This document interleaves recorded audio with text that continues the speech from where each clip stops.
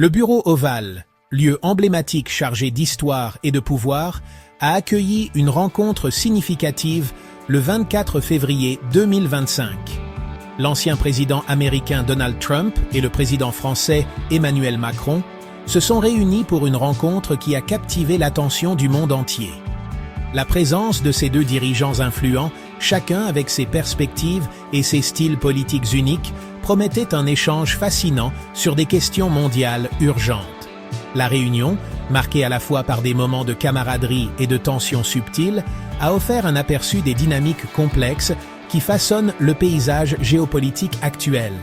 Sous les flashs des appareils photo et les micros tendus pour capter chaque mot, Trump et Macron ont répondu à une multitude de questions de journalistes avides. Leur discussion a abordé un éventail de questions cruciales, reflétant la nature multiforme des relations franco-américaines.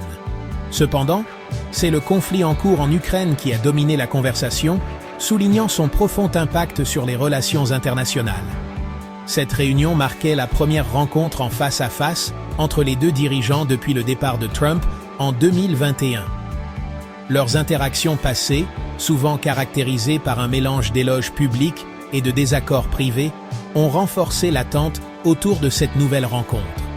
Les observateurs attendaient avec impatience de savoir si leur relation personnelle et leur histoire commune se traduiraient par des progrès concrets sur la scène mondiale.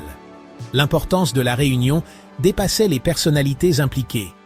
Elle a servi de puissant symbole des liens durables entre les États-Unis et la France. Malgré des divergences périodiques de politique et d'approche, les deux nations partagent un lien profond, forgé au cours de siècles de coopération et de valeurs communes. Cette réunion a offert une plateforme pour réaffirmer cette alliance et explorer les pistes d'une collaboration future. Le spectre de la guerre entre l'Ukraine et la Russie planait sur la réunion du bureau ovale, révélant des points de vue contrastés entre Trump et Macron. Le conflit, qui en est maintenant à sa 3e année, s'est tragiquement transformé d'une crise régionale en un point chaud mondial, mettant à l'épreuve les alliances et remodelant les calculs géopolitiques. Trump et Macron, reflétant les positions de leurs nations respectives, ont articulé leurs points de vue sur la trajectoire du conflit et le rôle de la communauté internationale dans la recherche d'une résolution. Avec l'éloquence qui le caractérise, Macron a souligné les contributions substantielles des États membres de l'Union européenne, insistant sur le fait que leur aide allait bien au-delà de simples prêts. Il a méticuleusement détaillé la répartition de l'aide européenne, englobant une combinaison de prêts, de garanties et de subventions directes, soulignant l'ampleur de l'engagement du continent envers la situation critique de l'Ukraine. Trump, connu pour son approche non conventionnelle de la politique étrangère et son penchant pour la diplomatie transactionnelle, a offert une interprétation différente du conflit. Il a maintenu sa conviction que la guerre pourrait être rapidement résolue, laissant entendre la possibilité d'un règlement négocié en quelques semaines. Ces perspectives optimistes contrastaient cependant fortement avec les dures réalités sur le terrain, où les combats intenses continuaient de faire rage, coûtant d'innombrables vies et déplaçant des millions de personnes. Les points de vue divergents exprimés au bureau ovale ont souligné la complexité de la crise ukrainienne. Tandis que Macron a insisté sur la nécessité d'un soutien indéfectible à l'Ukraine et d'une position ferme contre l'agression de la Russie, Trump a semblé plus ouvert à explorer d'autres voies vers la paix, même si cela impliquait de dialoguer avec le Kremlin selon ses propres conditions. Cette différence fondamentale d'approche a mis en évidence les défis auxquels est confrontée la communauté internationale alors qu'elle est aux prises avec les conséquences de grande envergure du conflit. Au milieu des dures réalités de la guerre en cours en Ukraine, une lueur d'espoir est apparue lors de la réunion au bureau ovale, le déploiement potentiel d'une force européenne de maintien de la paix. Dans une déclaration inattendue, Trump s'est dit ouvert à cette idée, révélant que le président russe Vladimir Poutine avait également signalé son ouverture à une telle initiative. Le concept d'une force neutre, intervenant pour stabiliser la situation volatile dans l'est de l'Ukraine, bien que semé d'embûches logistiques et politiques, offrait une voie potentielle de désescalade et une voie vers un cessez-le-feu durable. Les détails de la force de maintien de la paix proposée restaient vagues et de nombreuses questions restaient sans réponse.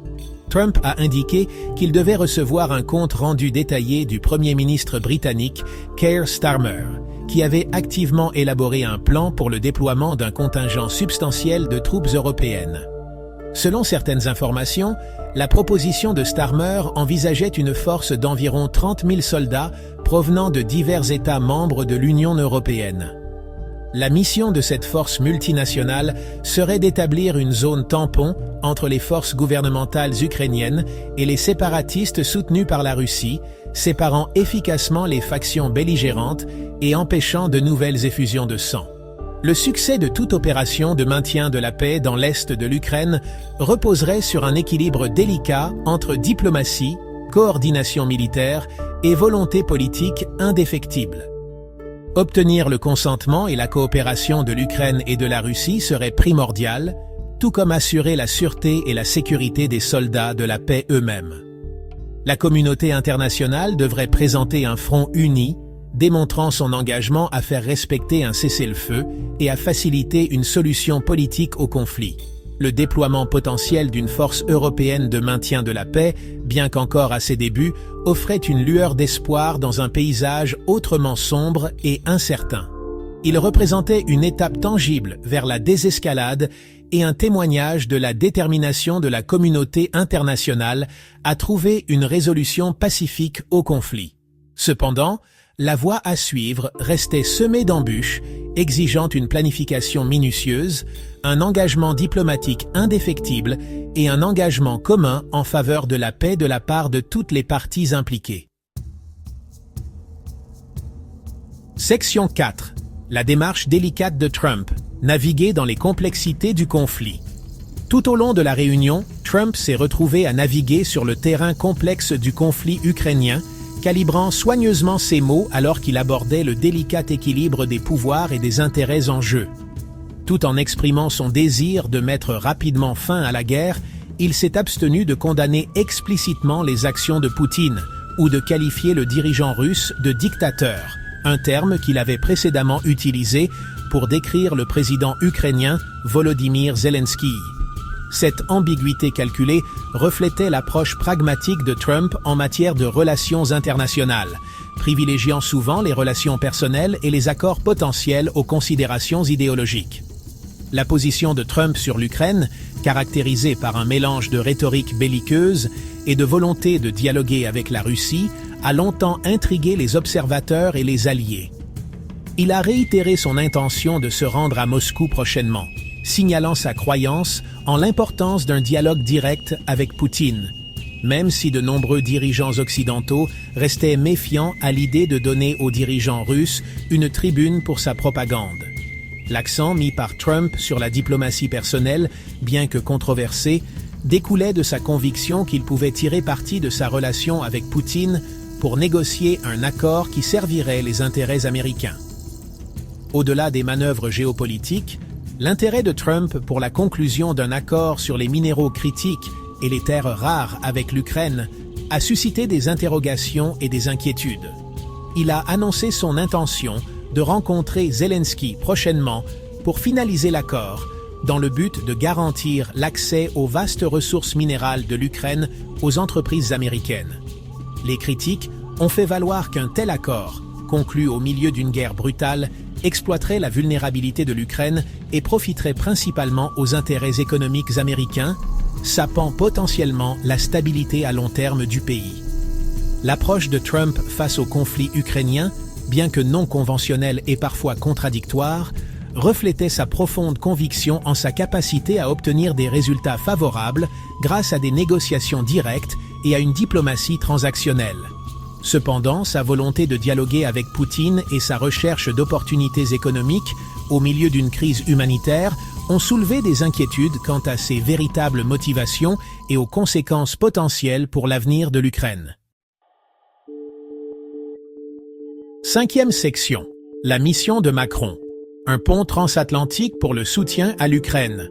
Emmanuel Macron est arrivé au bureau ovale non seulement en tant que chef d'État, mais aussi en tant que fervent défenseur de l'unité européenne et d'un soutien indéfectible à l'Ukraine.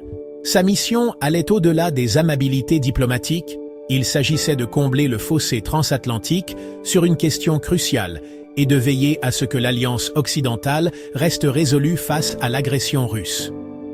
La présence de Macron a rappelé que la défense de la sécurité européenne et la poursuite d'un ordre international fondé sur des règles exigeaient une coordination étroite et un objectif commun entre les États-Unis et leurs alliés européens. Les efforts diplomatiques de Macron se sont étendus au-delà de sa rencontre avec Trump.